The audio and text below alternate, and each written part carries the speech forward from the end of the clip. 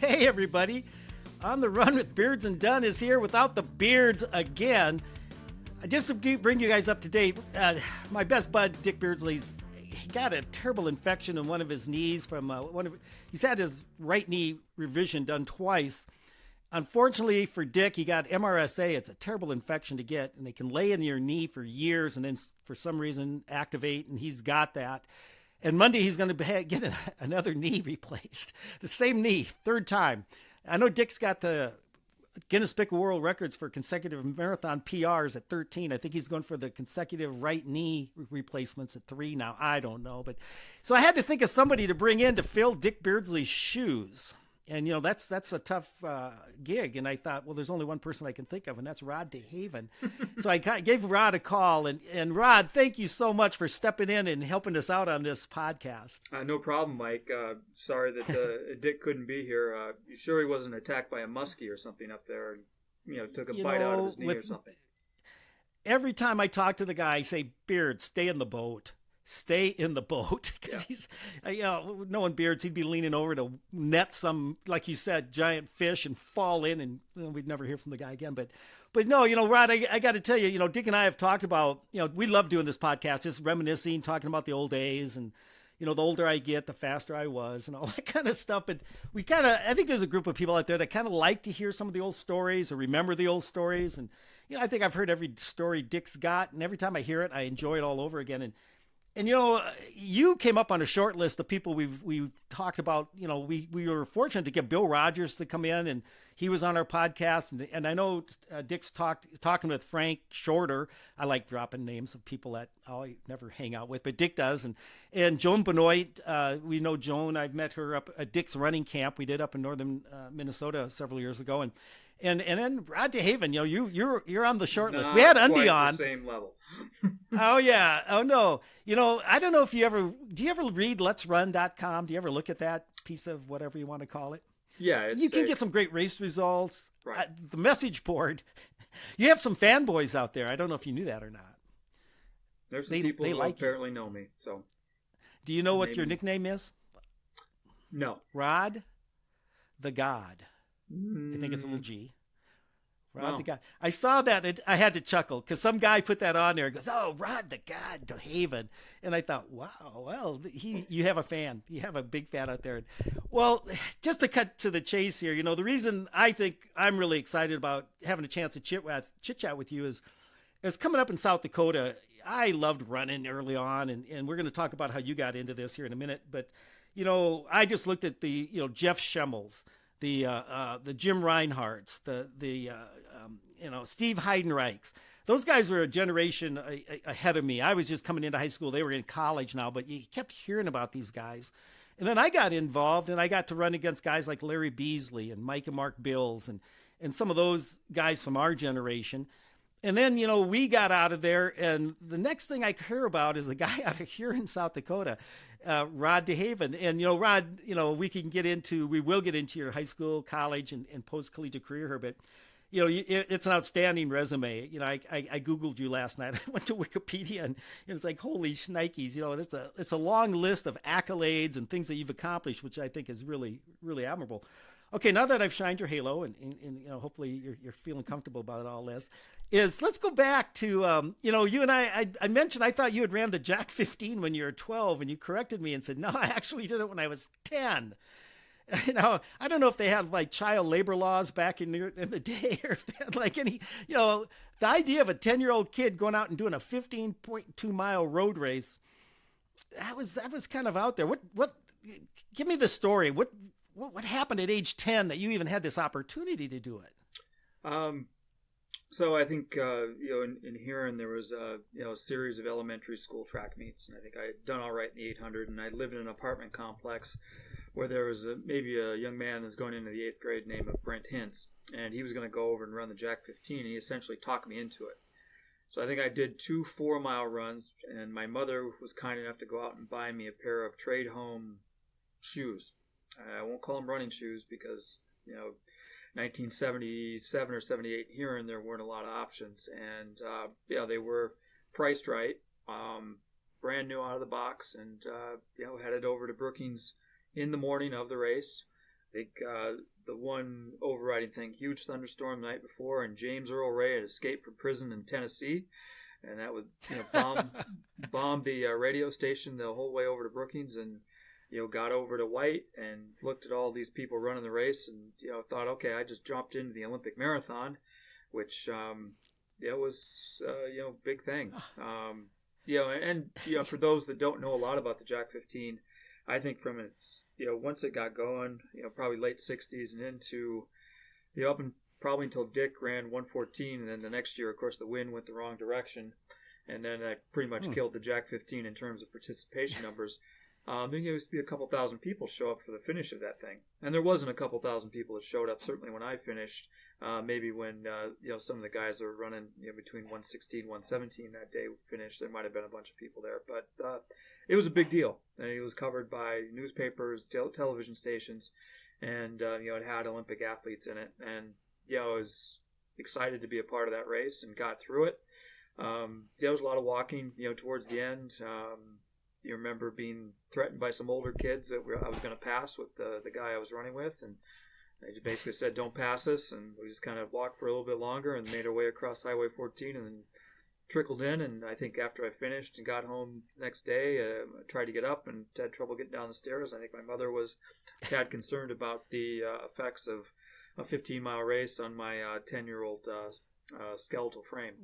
But I kept running that same race year after year after year, ran it again, coming off my 6th grade year, and then ran it all the way through my junior year of high school. Would have run it my senior year probably, but had some plantar fascia issues and didn't run it, and then also had a postseason high school mile that I was a part of, and then never really ran it seriously after that, unfortunately. It got down to like 125, I think, after my junior year, and Jack 15 was a big deal, and it fell in a great time, I think, for a lot of high school kids and some college kids maybe thinking, okay, I can just kind of start my summer. Of course, a different era. People raced a lot and had disregard for their overall health and body. 15 miles on concrete. Sounds like a great idea. We didn't know any better. Right. Yeah, we didn't know any better. That is good. And it did, this could have gone two ways. I'm never running another step again. That was a steal. You must have come out of it, though, with I hear a sense of, this is an important word in my head, satisfaction. I don't know what your thoughts are, but, you had to have something that's like, you felt proud of yourself for doing it? I think, it probably doesn't come as a huge surprise when a 10-year-old kid runs a race like that you get a lot of attention, whether it be, I don't think when you're 10 you understand if it's necessarily good or bad attention, but when you're 10, I think almost any attention is good, and I'll admit I enjoyed the attention. I was got the plaque for the youngest finisher, got my name in the paper because I was the youngest finisher, and that happened the next few years, so that was kind of my motivation. And then certainly you could see the distinct getting better from year to year. I think by the time I finished 7th grade, I was down to 142, and it's like, all right, you just have run almost 45 minutes faster in 2 years, so you can kind of see that progression. And I think there's a lot of motivation for people to get involved in this sport, whether you are going to be really good at it or you're just kind of getting going in it. And it might be, hey, I got 3rd in my age group, and that's enough to spur somebody along to like, hey, I'm going to start committing to this. And, or in my case, just that, recognition as the youngest finisher was, a big thing for me. And, sure. Then running well as a youngster, it was good to a point. And I think I got a little complacent with things and just thought, well, I get better without really making much of an effort, and kind of plateaued a little bit, probably from, I would say it'd be a reasonable assessment of being, pretty average, grades 9 and 10, as a high schooler, just kind of like I put in a little training, but not enough, or not enough to kind of keep moving the needle, which is, it's important, different stimulus as I find out. And then certainly by grade 11, I think I figured it out and probably went too far the other way, where basically every day was a hammer fest, and caught up to me a little bit during the cross country season, and then got a little smarter with it during track. And then grade 12 was, again, there was a level of intelligence that perhaps my coaches instilled in me at that point. Cool.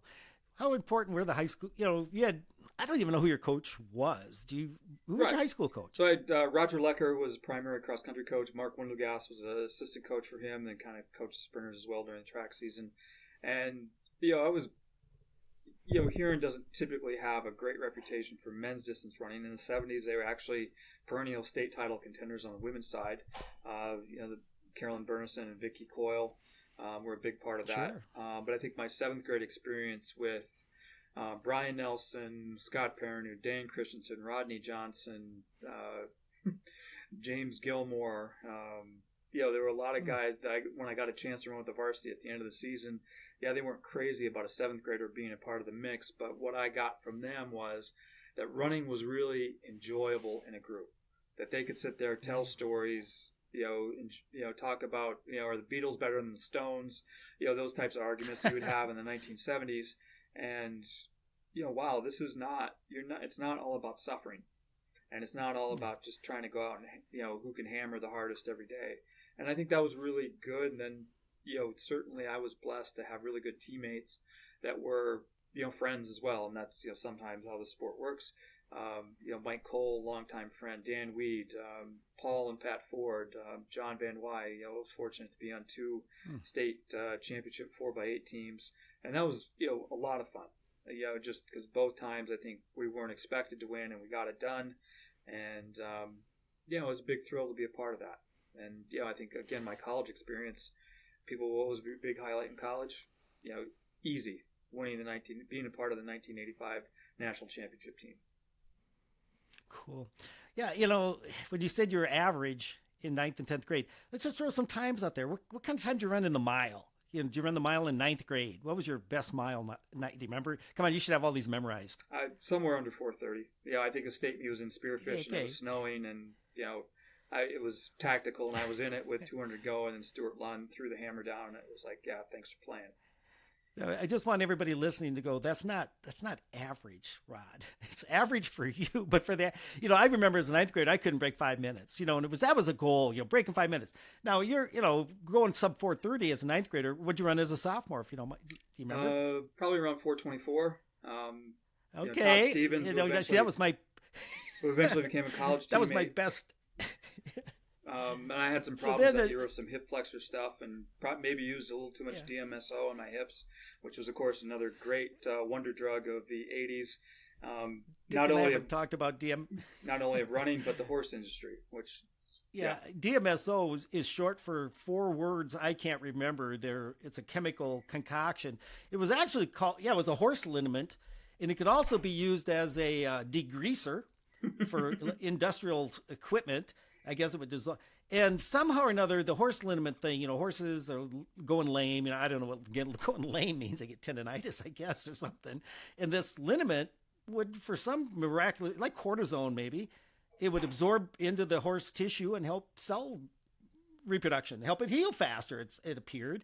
Well, it didn't take a runner long to figure out, well, if it works for horses, maybe it'll work for me. And I know I got some. I probably shouldn't mention Tim Blackstone's name, but his dad is a veterinarian. And anyway, if you had a source, you could find this DMSO, and I used it, and I know Dick said he did. Because runners are notorious for chronic overuse injuries, and we're always looking for a miracle cure to get us back to running faster.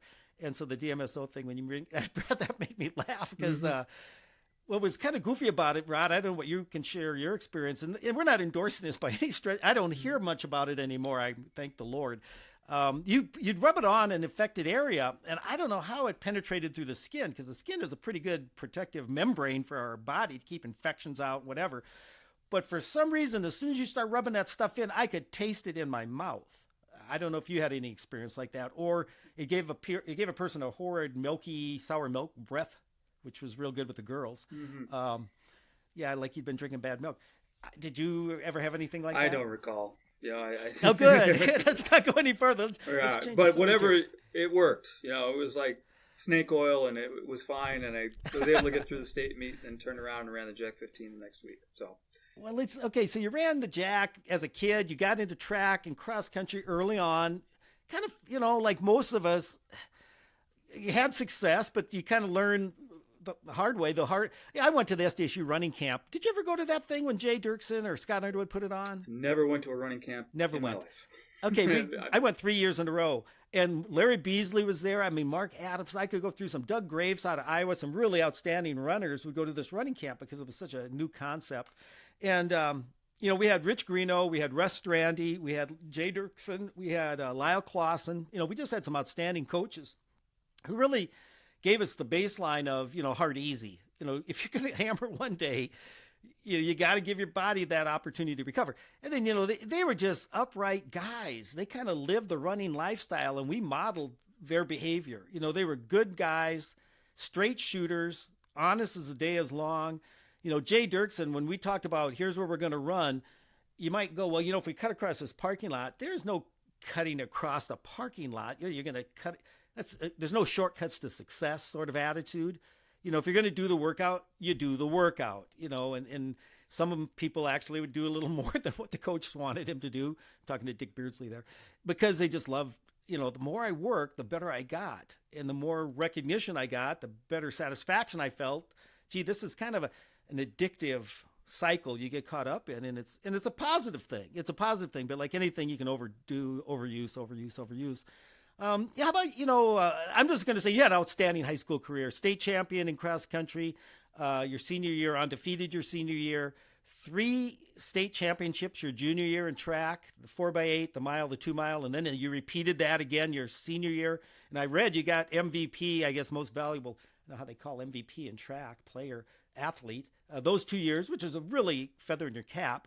Usually sprinters get that because they can do like 8 events or something like that, and hurdles and relays and all that. But so you were, to cut to the chase, it was so much fun. I graduated from high school in 75. Were you an 85 grad out of high school? 84 grad.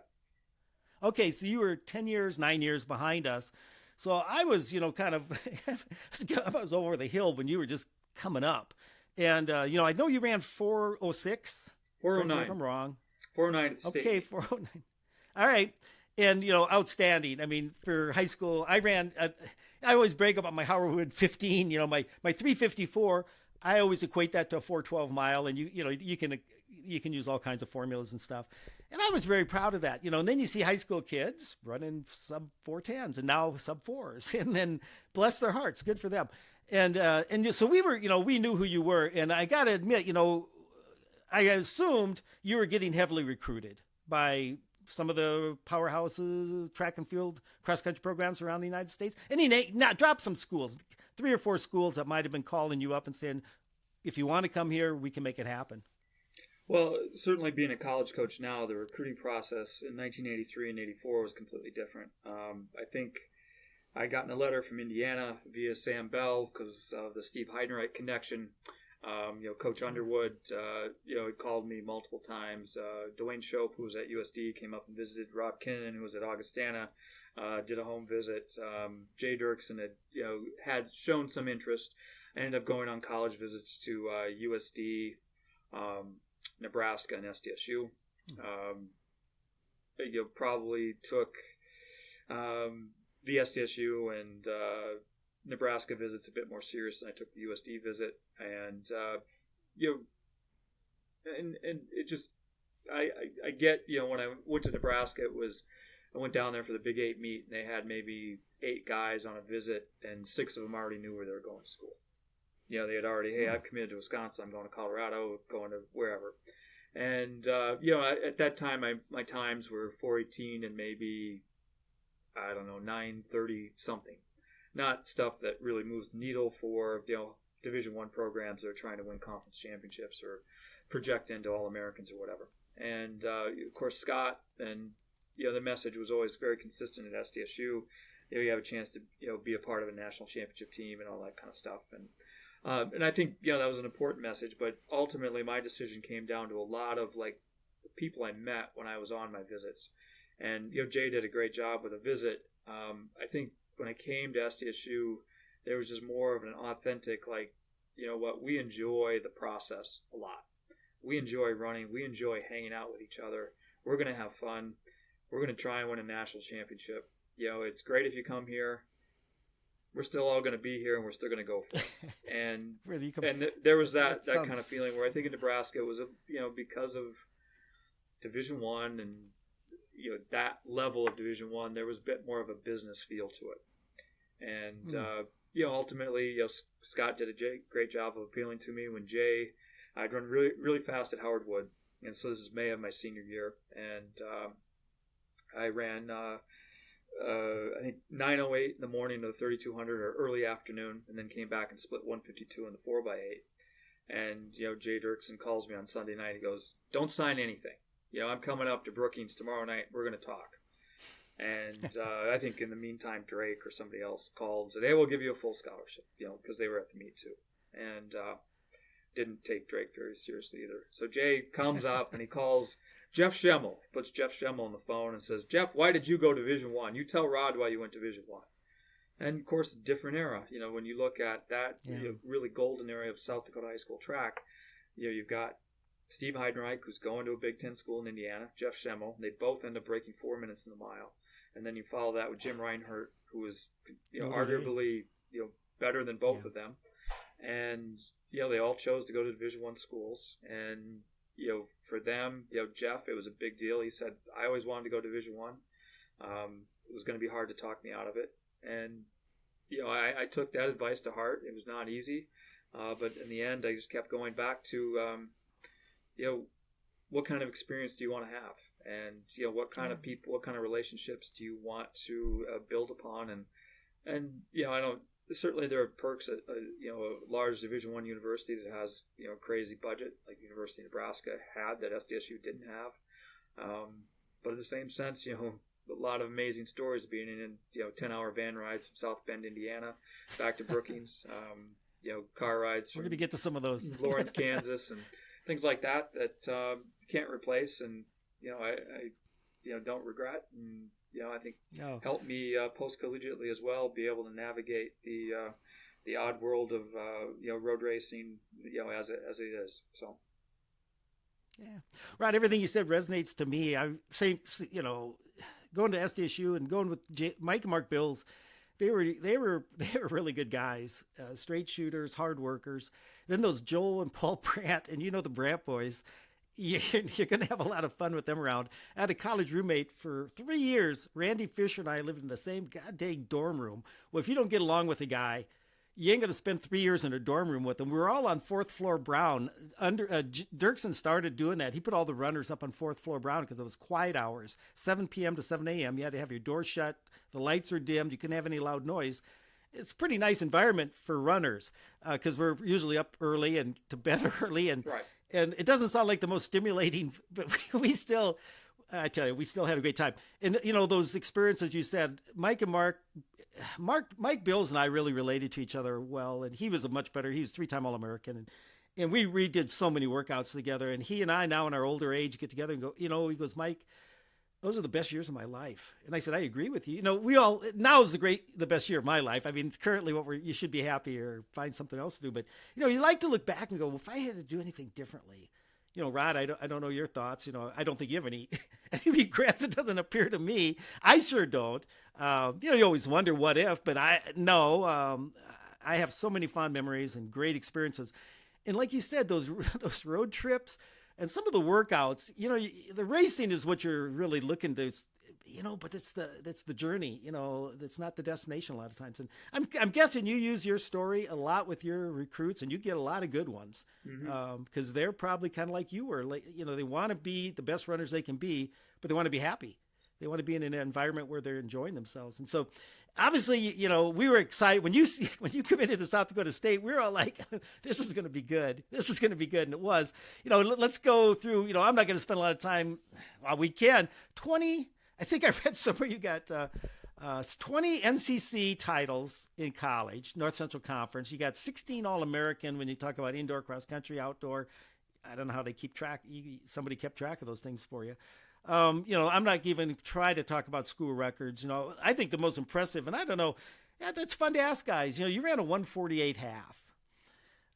You ran, I know now some of your PRs were set after college. I don't know, your 340, 1,500 meters, that was not in college? In college, in college. Yeah. In college, not bad. 1340 for 5K.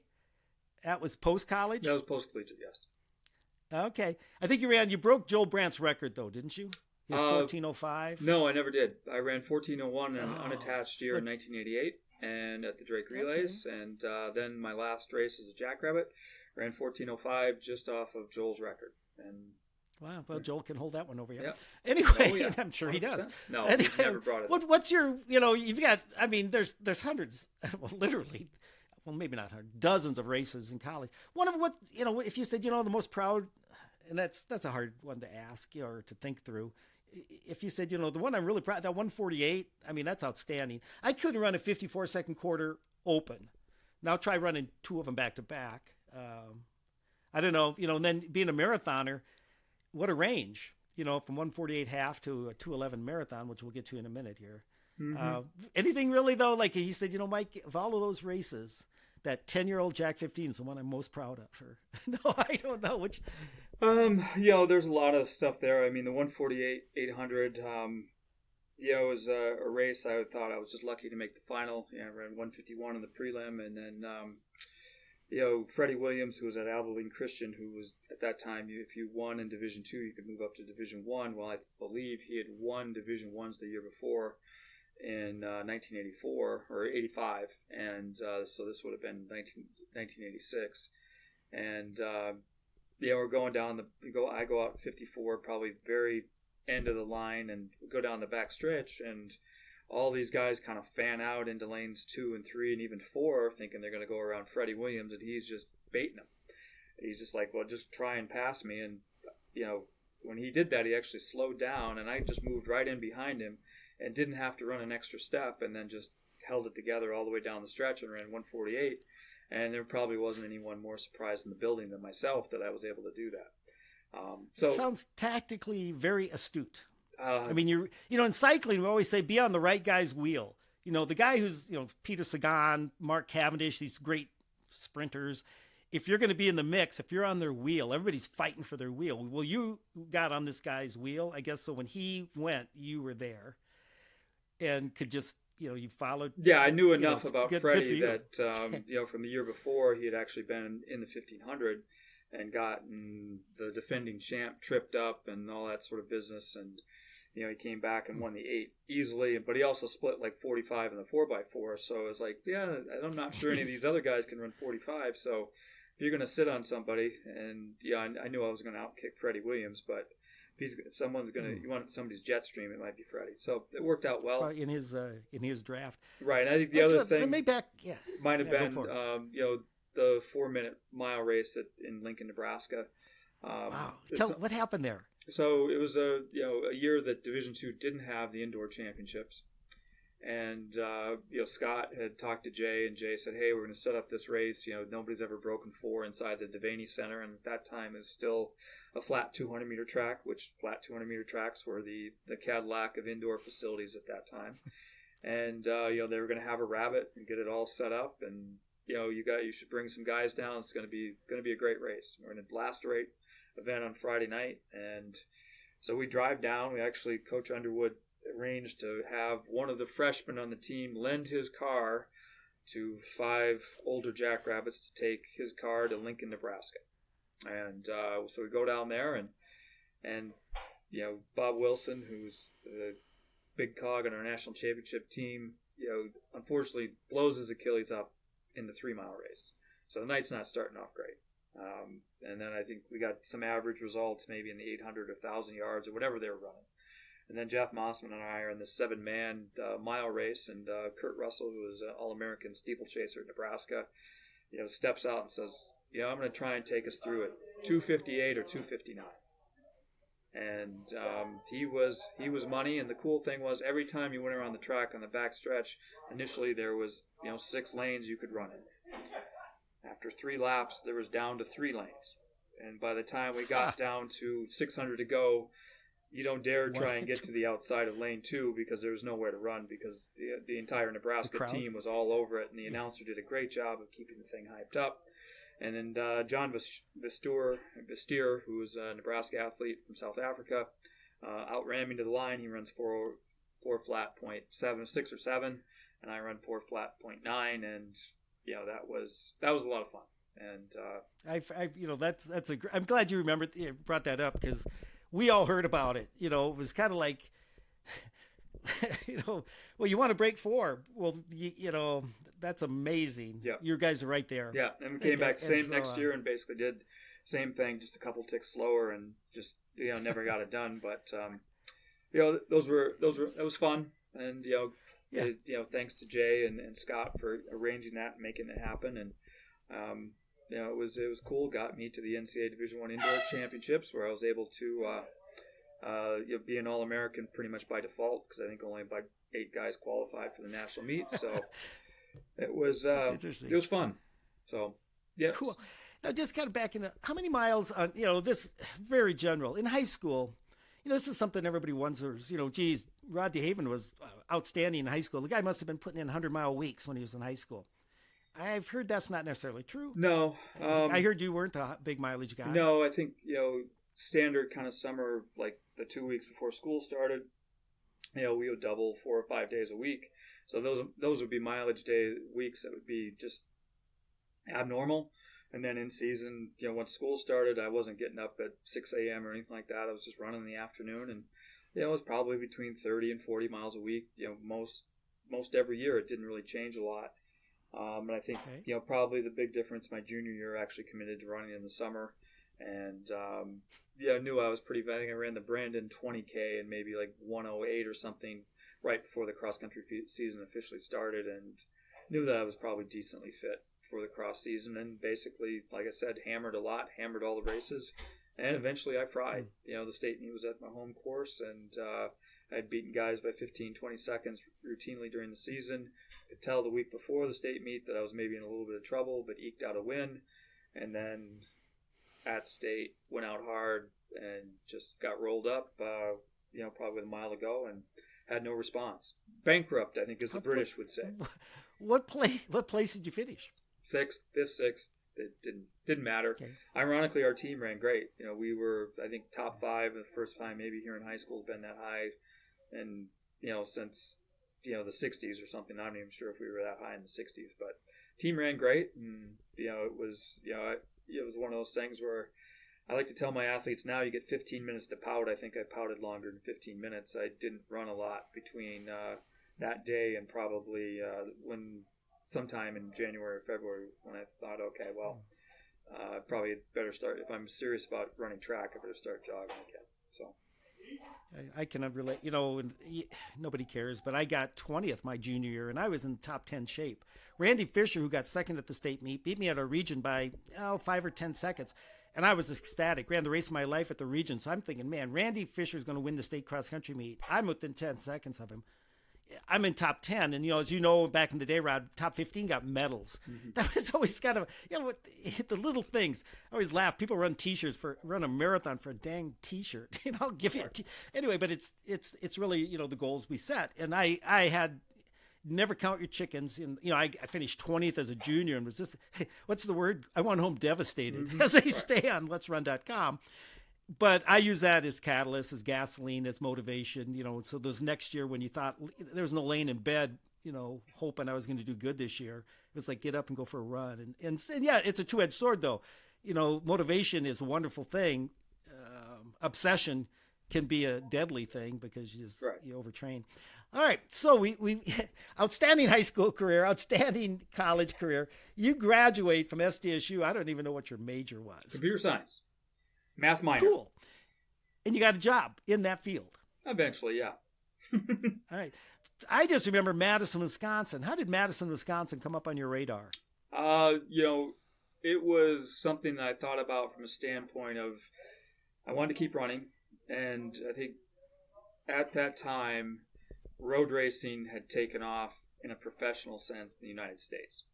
And, maybe not in like the sense of everything looked like the Boston Marathon, but there were a lot of regional races that maybe you'd have 2,000-3,000 people in a 10K, and they might give you $1,000 if you can win, and if you're 800 for second, on down the line, and you could probably find a race within a 4-hour period radius of Madison almost every weekend, or every other weekend, and it just seemed to fit in terms of place to train, different stimulus, and it was really good for me.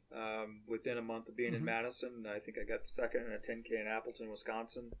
Lost to Patrick Sang, who's a fairly famous coach now. Coaches a lot of high-level Kenyans.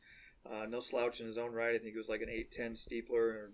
Ran at Texas and got a PhD at Iowa State. And ran like 29:30 or 29:40 for a 10K. And I remember getting in touch with Bob Bartling, and Bob said, "Hey, there's this race in Marshalltown. You should come down there." Well, sure enough, Patrick, who was based in Ames, was there again. Same race. We basically kicked to the finish, and he outkicked me again. But at that point, it was like, hey, I'm kind of hooked. And then hooked on with a Nike had a lot of regional teams at that point that they would send to national cross country meets, and I got hooked up with Nike North, and just basically got equipment and a couple pairs of shoes, and not much equipment, and kind of continue with that. And then I think that spring of 1990 kind of went on another little mini tear. Won the I can't remember. I was maybe 12th or something at Boulder, and then won the Steamboat Classic in Peoria, Illinois, and ran like 17:59 for 4 miles, and made some money. And all of a sudden, I had an offer to go to Europe with a bunch of Iowa State guys, and Nike was going to set me up with a legitimate equipment contract. And that pattern kind of continued there for a couple of years until '92. Didn't qualify for the Olympic track trials, and the coldness of Nike was, hey, I got cut by August of 1992, just saying, we've got a lot of people that we need to take care of, and they did the You're math. not one of them. Well, you do the math. You didn't qualify for the track trials. Why should we be sending you gear? And let's back up. 88, you qualified in 1500 in college for the trials. Yeah, I was still in college. That was from the '87 Division II National Championship race, which memorable in its own right. The two guys that beat me, Peter Rono and Kip Chariot, both were in the Olympic final in 1988. So they were running from Mount St. Mary's, which is a small Division II Catholic school in Maryland, and went on to both make the Olympic final. And Peter Rono won the 1500-meter Olympic Games in Seoul, South Korea, roughly 17 months after, me running wire to wire with him. I think he ran he didn't even win the Division II meet. Kip Chariot, who still has the national meet record from that day in Cape Girardeau, Missouri, when it was 95 degrees, ran 3:38. Peter ran 3:39, and I ran 3:40. And a ton of other guys, ran. I'm sure in a lot of cases are still school records at places like Cal Northridge, Mankato State. If you look at somebody, the 12 people who might actually sit this far through the podcast, look some of that stuff up. I'm guessing you might see some school records still sitting there. Well, those guys are big fish in a little pond. When you think of Division II and what have you. So what happened at the Olympic trials in '88? You have to run semi or prelim, semis, and then final. I didn't make it out of the prelims. Ran like 3:44. I led the whole heat. Pulled 9 guys through the next round, and everyone sat my hand and said, "Hey, thanks for taking it out." And next day, I know I'm in a swimming pool contest with Mike Steinborn at a Motel 6 somewhere in Indianapolis. So cool. Okay. That's the way it goes. 92 comes and goes. Let's let 92 go. Nothing. You didn't get a qualifier for any distance. Marathon 90, and then then 94. You run your first marathon, Twin Cities. Right. So you're running road races all. You got to make it. You got to make an Olympic trials, right? If you're going to keep doing this, I'm already kind of 5-6 years out of school, and you're starting to get those weird looks. Like, so what are you trying to do with this? And so that was natural to kind of go to that progression. I'd probably been running a lot of 70, 80 miles a week while working full time. Managed to up that to over 100 miles a week while working full time. Had a bit of a breakthrough in the national 10K race. Ran in the upper 28s at a decently difficult course in Tennessee, and went into Twin Cities fairly confident. Ran side by side with Steve Placentia almost the whole way, and then as soon as I got to Summit Avenue in St. Paul, down there by University of St. Thomas, the elevation changed a little bit. I started cramping. Last couple miles were rough. Ran 2:14. I had a great experience with it. Got me qualified. What place did I get you? Do you remember? Oh, 5th or 6th. I don't know. Top 10? Yeah. Yeah. And they were doing prize money for the top 10 or 15, I would assume. But, it was like probably a $3,000 or $4,000 check. New Balance. I'm kind of jumping all over here, but you kind of ended up with them as far as a sponsor. Yep. So. And how did that come about? So when I was in Wisconsin, I was training with a guy named Tim Hacker, who was NCAA cross country champion, and his son's doing fairly well these days. Right. Yeah, and Tim was at the end of a contract with Nike, and he had a buddy named Joe Stinzy who was on a Badger National Championship cross country team, who was salesperson, for a lot of different companies, but at the time with New Balance, and he had talked to their marketing people and said, "Hey, Tim, New Balance has got some money," and Tim, I'm pretty loyal to Nike, I'm going to stay with that. But Tim, asked like, "Hey, would they be interested in Rod?" And Rod's done this, plus this, and so they said, "Yeah." And the terms of the deal were $100 a month, and I quit. There you go. And so, and I'm like, okay, well, $100 is better than nothing, and the equipment will be much appreciated. And what year was that? It was probably 93, probably spring of 93 when that happened. And stayed with New Balance until I was done, completely until 2003. And it was a good run with them. It certainly, the marketing people, particularly John Evans, who I think is still with New Balance, was great. Always understanding of my situation and what I wanted to do, and really good about the 1-year contracts. Even when I was dinged up, I think some years I was worth more than what they were paying me, and other years, probably not so much. Okay. But they were good about the only multi-year contract I signed was at the very end, and of course then I got hurt my SI joint, and they paid me for an entire year, and that was that was that. I think they made a good investment anyway. Right. And of course, Dick speaks so well of New Balance, and that they gave him a shot when nobody else would, and so that's pretty cool. All right, I'm looking at my list here. 96. Then you had your qualifier for the Olympic Trial Marathon, and you also had a 10K. Right. Yeah, I ran a really good 10K in 95, and just narrowly missed the World Championships in the 10K. Got out kicked by Tommy Ansberry at a national meet in Sacramento. He didn't have the standard yet, but turned around a couple weeks later and got it in Montreal, and missed out on the Gothenburg World Championships by just that much. But I also got dinged up a bit from that, and kind of struggled, physically for the next, probably 18 months or so.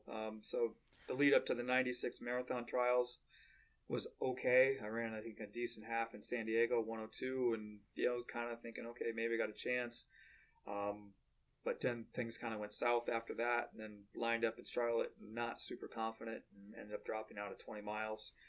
And that kind of took the edge off, but it was like, I can come back for the track trials, but physically never got back. Made the 10K final, but got lapped. I think that was, for like coworkers, that was their deal. Hotter than they could sit there and watch me get lapped and by Todd Williams, and that was that. And again, that was probably a point where you're like, okay, you're going to keep doing this because it's, you're almost, I guess, 30 at that point, and it's like, okay, you're going to get on with life a bit now. And really struggled with injuries, and finally 97, got some stuff going again, and then by 98, I think physically, you were on fire. Yeah, got some things going. Won the U.S. half marathon, and then ran 2:13 in Chicago, and then I got to run Boston for the first time, which was a struggle. Admittedly, I didn't train correctly for that. 6th place, though. Top 10. Well, 2019, not so much. No, I was. Okay. I ran 2:19, and it was an ugly face last 6 miles. And then ran the World Championships in Seville, and I think it was 21st there under, I think it was like 95-degree heat, and ran like 2:21 or so. And learned some things from that, and then. Then the build up to the Olympic trials, I finally decided, hey, I'm going to work part-time.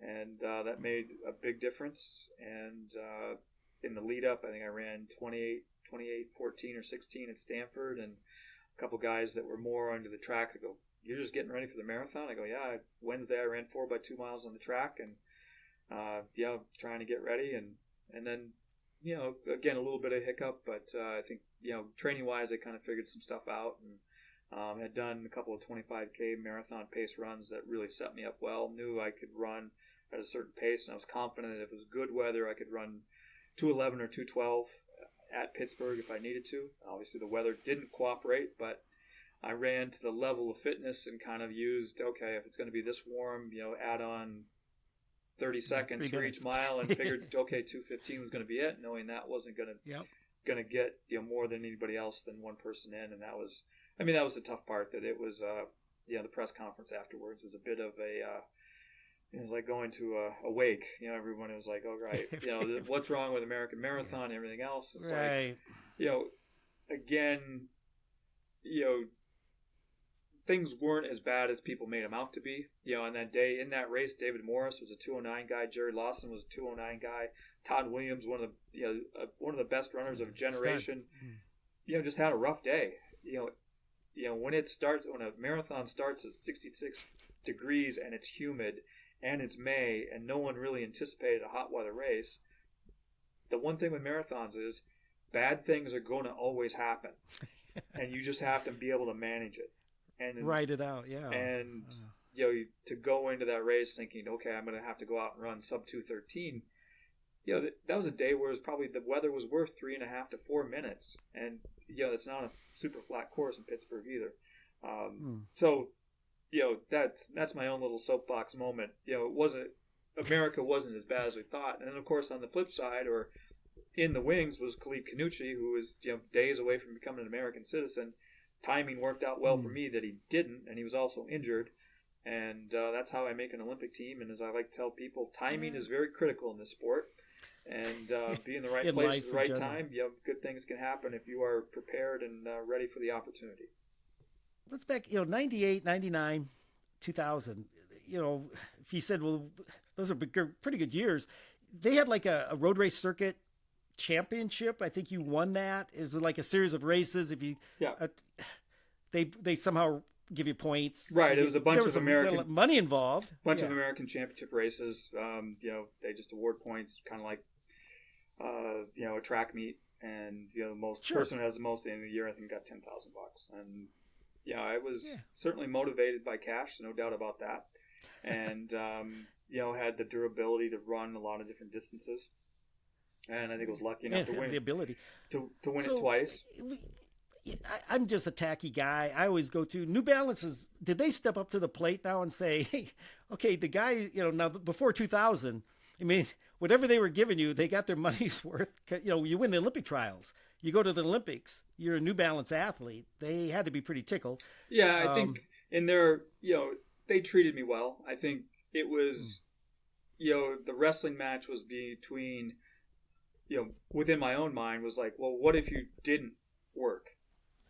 What if you, the old Bill Rogers quote, you line me up against any guy that's working full time and I'm going to beat him 99 times out of 100. Yeah, I definitely get that. And maybe I just didn't have the courage to not do it. But, having health insurance and, a guaranteed income, I always got on a starting line, and it wasn't like, okay, if I don't have a great day, it's not the end of the world. Some of these other guys is like, look, if I don't make money, I don't pay rent. I'm back to my parents' basement. I got to get a job. And it's like Dick. Dick had a wife who was willing to support him, which is kind of a, unless that's a real tight partnership there, could be a problem. But if they both have the same dream, and I wish Rod. I don't know. I never had I don't know what you could say. We had the intelligence not to put all our eggs in one basket. At the same time, I wouldn't change anything. Right. I'm kind of thinking your mileage, though. You gained it. You kicked it up to 100, 120. Is that kind of the peak for you, or did you ever go into I that was 140 range? Once I was going part-time, 20 to 30 hours a week, I was able to run, a lot of my higher weeks between 120 and 140 with a high of 146. Okay. And, that worked pretty well. And then, coming off the Olympic marathon, which was, not stellar, bad, food poisoning, whatever happened. And, again, kind of if things gone well, maybe that would have been a great way to kind of walk off and just kind of quietly ride away to the sunset. But it didn't go that way. So I, again, too dumb to quit. So I kept going, rabbited Chicago like 3 weeks later. And I thought, well, if that goes really well, maybe I'll turn around and run New York. My body didn't quite feel ready to do a full. How old are you at this point? I'm 34. We're going to be 34 around fall of 2000. And so just determined to come back the following year and run as well as I could. And that year I get 6th at Boston and 6th at Chicago. And the beauty of the marathon, or the ugliness of the marathon, is the guy who wins the Olympic Games from Ethiopia. I passed at 22 miles at Boston the following spring. and he looks like he's been shot from the grassy knoll, and he's just going to barely make it in. And we were all in drug testing afterwards, and the guy had a tough day. And that is the way the marathon works. It just can take everything totally out. You can invest so much time to try and get it right, and when it doesn't go right, it hurts a lot. And it's not to get down some of the stairs at the hotel that they put you up at Boston was much easier in 2001 than it was in 1999. It was. I was in a good place as it went to the marathon. I kind of felt like I figured some things out. Again, 2:11 is not going to inspire the world.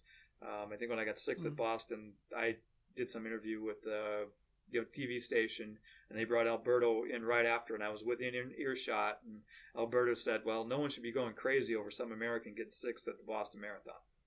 Totally agree, Alberto. If some dudes get working 30 hours a week and getting sixth at Boston, this doesn't really professionalize the sport. And my thought was like, hopefully I'm an inspiration to guys saying, all right, I'll risk it, because if this guy can do it, certainly I'll be able to run faster than that. Good. You did qualify in 2004? Yeah, I qualified in 2004. I'd run, I ran 2:12 at Sacramento, not a 2:12 or 2:13. In the fall of 2003, ran the New Haven 20K, which has a pretty severe downhill towards maybe about 9.5, 10 miles, running maybe in the top 4, and just felt something go in my low back, and ends up my SI joint, and then I get done with the race, cool down, jump in a rental car, drive back to LaGuardia, jump on a plane. I get out of my car in Madison, Wisconsin, and I can't walk, and my SI joint's all locked up, and literally spent the next 8-9 months just trying to, had it injected, did different things, just couldn't mobilize it enough to be able to run without my hamstring just tightening up really badly. And, that was it at that point. The whole coaching thing at SDSU kind of evolves through being at the 2003 Division II Cross Country Championships, where I was inducted into the Division II Cross Country Hall of Fame, which was interesting because I'd never won a D2 national meet. Finished third, I think, a couple times, but never won. And stayed up with Paul Danger, who was the SDSU coach, playing 64 questions, and he goes, "Boy, you sure ask a lot of questions. You want to be a coach?" And I said, "Paul, I can't even coach myself right now." And he goes, "No, seriously, my wife is going to finish up her PhD in 18th century Victorian literature from KU, and she's going to need to do a postdoc, and she's not going to be able to do that postdoc in Brookings. I'm going to need to move on. This is not related to Division I." He goes, "You should really think about it." He goes, "You can do a lot for the program in terms of name recognition. If you really do want to coach, think about it." And the other thing that was impressed upon me that weekend were the young people that I had a chance to interact with, and the way their families were involved, and just that feeling of excitement of being 18 to 22 years old and being involved in the sport. And I was like, okay, thought about it and said, "All right, Paul, let's see if we can get this done." And he worked tirelessly to help make it happen, and made it happen, and the rest is 19 years later, here we are. Yeah, literally history. So I love it. I think we're getting late on time. I hate to say that. Before Dick and I, we didn't really get into any embarrassing stories, which we tend to find ourselves in all the time. And any anecdotes, I heard about this runner's house. Were you ever involved in the runner's house in Brookings? Do you know what I'm talking about? I know what you're talking about, but I might plead the fifth on this. I know. Well, I mentioned that you could, names could be changed to protect the guilty, but who was in the runner's house? Well, I think, or don't you want to even say who was in the runner's house? When I arrived at SDSU, we had some teammates that their path to SDSU was a non-traditional one. They had spent some time in the armed forces, either the Army or the Marine Corps. And I think when you're a 22, 23, maybe 24-year-old freshman, your college experience is likely going to be different than... I started university as a 17-year-old freshman. And, I think Rob Byer, in particular, Joe Flannery, great attitudes toward the sport, and they were both stationed in Hawaii. In Hawaii, the Marine Corps had a running team there, and they enjoyed a lot of road races, a lot of road relays, and they enjoyed life. Let's just say that. And, it was a house that kind of got passed down for a few years, and there were a lot of formal and informal gatherings that took place in this house on 6th Street. We're gonna have to save that for off the camera. We'll talk some. Rod, thanks so much. I'm a student of the sport, and I just got a great dissertation. Because your career for South Dakota, and I know you're inducted in the Hall of Fame at South Dakota, and rightly so. And what an example. I just appreciate you and your willingness to take some time with us, share your career, which I think is inspirational for any kid and any adult, and you're still out there and involved in the sport. I think that's what's so cool. You're passing on to the next group. That's what we're here for, is to help one another. And I think they say the way to stay young is hang around people younger than you. Right. You're going to live forever. I don't know about that. And so, good for you. Thanks again. Any thoughts? Any comments? Well, I think when you look back at this whole crazy trip, it's I think growing up in South Dakota, and when you look at the running scene, that emerged in South Dakota in the late 70s, and you look at the Prairie Striders Running Club and their ability to put on road races and set an example for a lot of other communities in South Dakota that said, hey, Brookings is doing this, and they're getting people to show up. And even Edgebrook Golf Course in Brookings, people don't always remember the state high school cross country meet was held there for a number of years, and that course was essentially set up to allow cross country to happen. And why did that happen? Because a guy named Bob Bartling, who both of us know and adore, he was on the Park and Rec board, a member of the golf, the public course, and those guys set it up so the golf course would allow them to run on the perimeter and set up a state meet. And it was obviously it wasn't the most spectator friendly course, but it was a great course. And allowing something like the Jack 15 to cultivate. The 1 hour runs on SDSU's campus. All those things that screamed SDSU was really a place, and Brookings was a place that running mattered. I think definitely has played a big part of the lore of South Dakota State track and field and cross country. And, whether it's going back to Gary Bentling or obviously Dick Stopp and Brookings or all the other characters that have come through this past weekend, seeing Nick Burrow be inducted in the Hall of Fame, who came sight unseen from Christchurch, New Zealand to Brookings, and made it work and overcame type 1 diabetes to become a national champion. Or even on the other side, you don't probably talk a lot about the throws events, but Carly Brotherton, becoming multi-time All-American and conference champ while lifting with the football team in the basement of the barn. Those are things that were amazing. And 6 Hour Field had its own charm with the pine trees and the thoughtfulness of how that was laid out. And I'm very fortunate to have that be a part of what I experienced. And it's Brookings is different, South Dakota is different, and it's not for everybody, but we can we've proven we can provide some pretty neat experiences out here, and a lot of that is that neat experiences of so many of the people that you're able to meet and how you feel based on those interactions. Well, the facilities they've got there now are fantastic, and I wish they would have had them in my day, but that's the way it works. But Rod, thank you again. I really appreciate you taking time. Best of luck to you in this season and in the rest of whatever you're going after. I know you're a busy guy, and I appreciate your time. Yeah, great to chat with you, Mike. All right. Good luck to Beards on the surgery there, eh? We'll keep you in the loop. Yeah. Hey, if you're listening still, thanks for hanging in there with us. If you have any questions for Dick or I, hopefully Beards will be back, or any comments about the show, don't fail to contact us on our website, beardsanddunpod.com. Leave us a comment on Facebook, Instagram, X, formerly Twitter. If you're watching on YouTube, hit the subscribe. We'd love to hear from you. Rod, have a great day. Tell your son Addison, he's a great rider. I really enjoy his stuff, and tell him hello. And is he still running? Does he run much? A little bit. He's got a bit of a hip issue that cropped up in his last year at Iowa State. So it's. I was always impressed. He had a pretty good career as well. But, yeah. Hey, have a great day, and thanks again. You bet.